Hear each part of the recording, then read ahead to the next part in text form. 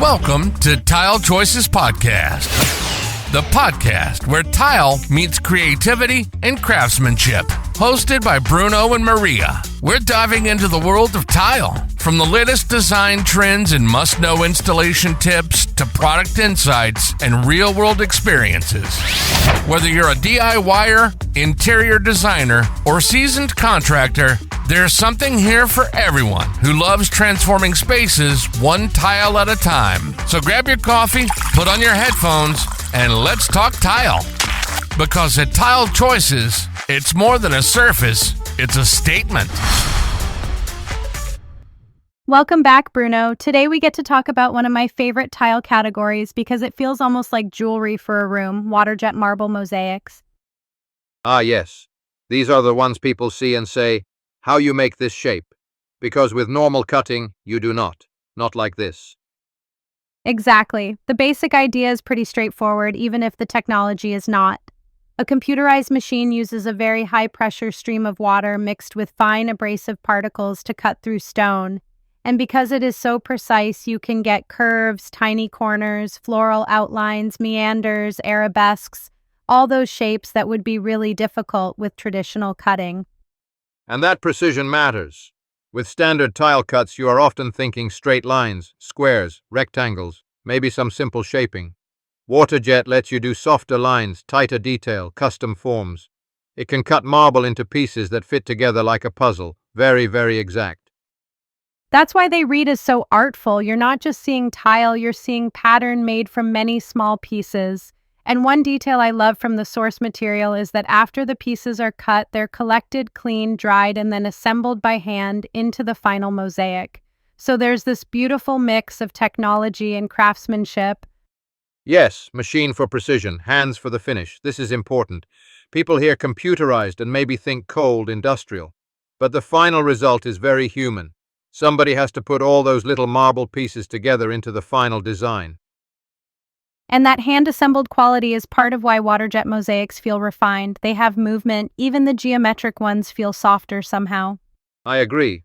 Unless you pick a very strict pattern, like a maze or a Greek key style, then it feels more architectural, more controlled. But still, the edges and joins are elegant. So if someone is brand new to this category, I would say, think of Waterjet marble mosaics as precision-cut stone patterns that can do things ordinary mosaics usually can't. Curves, intricate details, custom silhouettes, and a finish that feels almost bespoke. Beautifully said. Fancy, yes, but also technical. That combination is why they stand out. Designers love marble already. This is no secret. Marble brings that classic luxury, the clean elegance, the natural veining. Even a small amount in a room can change the whole feeling. Yes, and Waterjet takes that natural beauty and gives it shape. That's the magic. Instead of marble being only slab, subway, square, hex, now it becomes petals, ribbons, deco lines, sweeping curves. It can feel traditional, glamorous, modern, even a little theatrical. And there is also a practical side.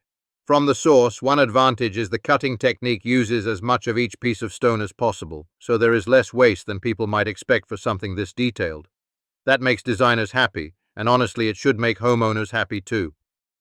Totally. Also, because the process uses water and abrasives instead of heat, some sources note there are no heat-affected zones, so you're not stressing the stone in the same way. For marble, that matters because marble is beautiful, but you want to be thoughtful with how it's handled. Right.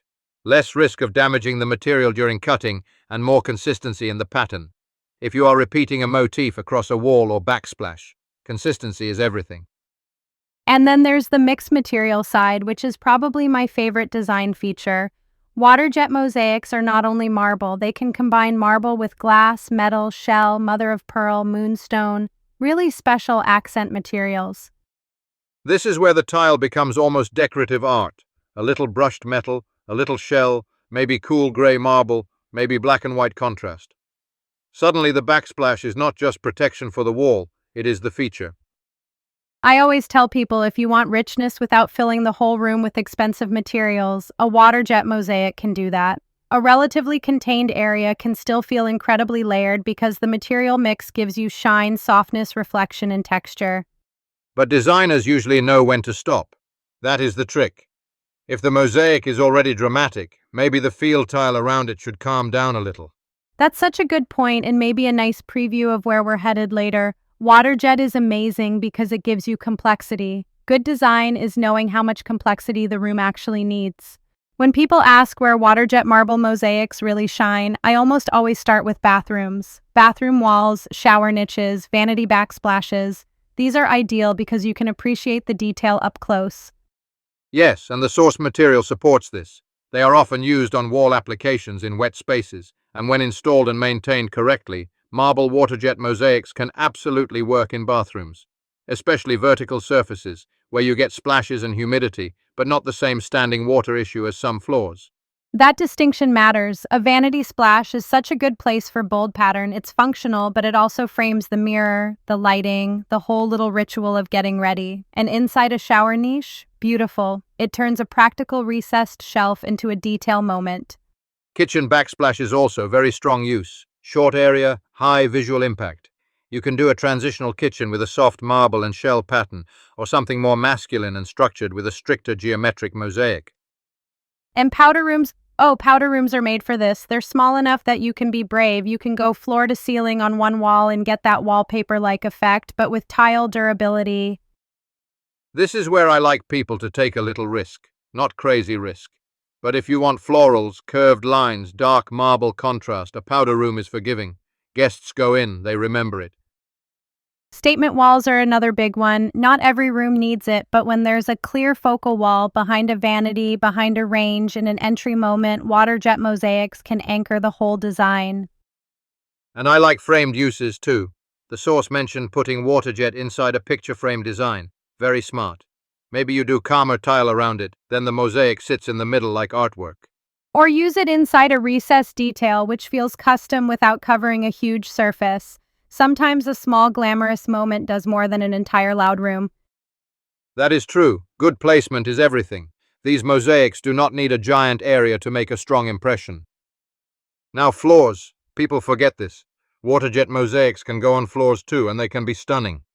Yes, you can use them across an entire bathroom floor for a detailed all-over pattern, or you can create what the source calls a rug look by framing the mosaic with coordinating stone. I love that idea because it gives structure to the room. It pulls the eye exactly where you want it. In a bathroom, that can make the center of the room feel intentional, almost tailored. And with some patterns, the floor becomes the personality while the walls stay more quiet. There's also something really luxurious about a floor that feels inlaid rather than simply tiled, not fussy, just considered. And then we have this modern wainscot look, which I think is very clever. Traditional wainscoting is paneling on the lower part of the wall. Here you can use a coordinating field tile below and put the waterjet mosaic above, or even reverse it depending on the design. That layered approach gives warmth and rhythm. One of the examples in the source used a softly curved chevron-style mosaic on the upper wall and subway tile below. That combination works because one tile brings pattern and the other brings calm. Exactly. Mixable, not matchy-matchy. Stone with ceramic, maybe glass with porcelain, if the colors and scales speak nicely to each other. And that's where the wallpaper effect comes in. Waterjet mosaics can mimic wallpaper because the patterns are continuous, decorative, and often quite delicate. But unlike wallpaper, tile gives you durability, especially in bathrooms or other splash-prone areas. This is a huge advantage. If you love bold pattern but worry about moisture, steam, cleaning, tile solves many of those problems. It gives the romance of wallpaper with a more durable surface. I think that's why these mosaics feel so current. They let people bring ornament back into interiors, but in a way that still works hard. Yes, beauty and performance together. That is always the sweet spot in tile. Okay, let's get practical because gorgeous tile still has to live in a real house. Marble is porous, so in wet areas, proper sealing matters. Absolutely. Bathrooms, shower areas, backsplash zones near water, you want correct installation and maintenance. From the source, marble waterjet mosaics can be suitable for wet areas when installed and maintained correctly. Sealing is a big part of that. And for cleaning, go gentle. Use pH-neutral cleaners. Don't reach for harsh products that could be too aggressive on natural stone. People sometimes treat marble like a tougher ceramic, and it's not the same thing. Yes, respect the material. Beautiful stone, but it asks for a little care. Also for floors in wet zones, I would be cautious with finish. The source specifically recommends honed or matte finishes where slip resistance matters. Glossy can look elegant, sure, but may be better on walls or lower risk areas. I'm glad you said that because it's one of those design decisions that should start with function. If it's a shower floor or a bathroom floor that gets wet, don't choose only with your eyes. Choose with your feet too. Very good. And when you install a dramatic mosaic, think beyond the tile itself. Grout color matters. Trim matters. Profiles and transition pieces matter. The source mentioned using custom trims and even coordinating black and white profiles to accentuate a design. And hardware and faucetry too. There was a great note in the source about complementing the mosaic details with coordinating finishes and cabinet hardware and faucets. If your mosaic has brushed gold, for example, that can guide the metal finishes in the room. This is where a project becomes cohesive, maybe not perfectly matched, but coordinated. The tile, grout, trim, faucet, cabinet pulls, they should feel like they know each other. That's a very Italian way to say it. In a good room, everybody is introduced properly. Perfect. And I would add one more thing, because these mosaics are detailed, planning is important. Don't treat them like an afterthought. Think about edge conditions, layout, and what they're meeting at the corners and transitions. So how do you choose the right one? For me, first question is always, what is the architecture asking for? Yes. And the mood. A mosaic should support the room's story, not fight it. If the space is soft and romantic, floral or curved patterns can feel seamless. If the room is crisp and tailored, geometric designs might make more sense. Art Deco looks are another category I love. They can bring glamour, symmetry, a little drama, often with marble plus metal, maybe a brushed gold accent, maybe cooler grays. Very sophisticated if the room can handle it. Floral motifs feel more organic and decorative. Geometrics can feel architectural, sometimes masculine, sometimes very modern. Deco patterns feel cinematic to me. Each one changes the emotional temperature of a room. And scale matters. A tiny powder room can handle a bold pattern because it becomes a jewel box. A big open room might need more restraint or a carefully framed use instead of covering every surface. That's probably the best closing advice. Treat Waterjet mosaics as statement pieces. Let them have their moment, and then balance them with simpler surrounding materials. A quiet field tile, a solid vanity finish, a cleaner countertop. Those supporting elements help the mosaic look even better. Do not make every surface shout. One sings, the others accompany.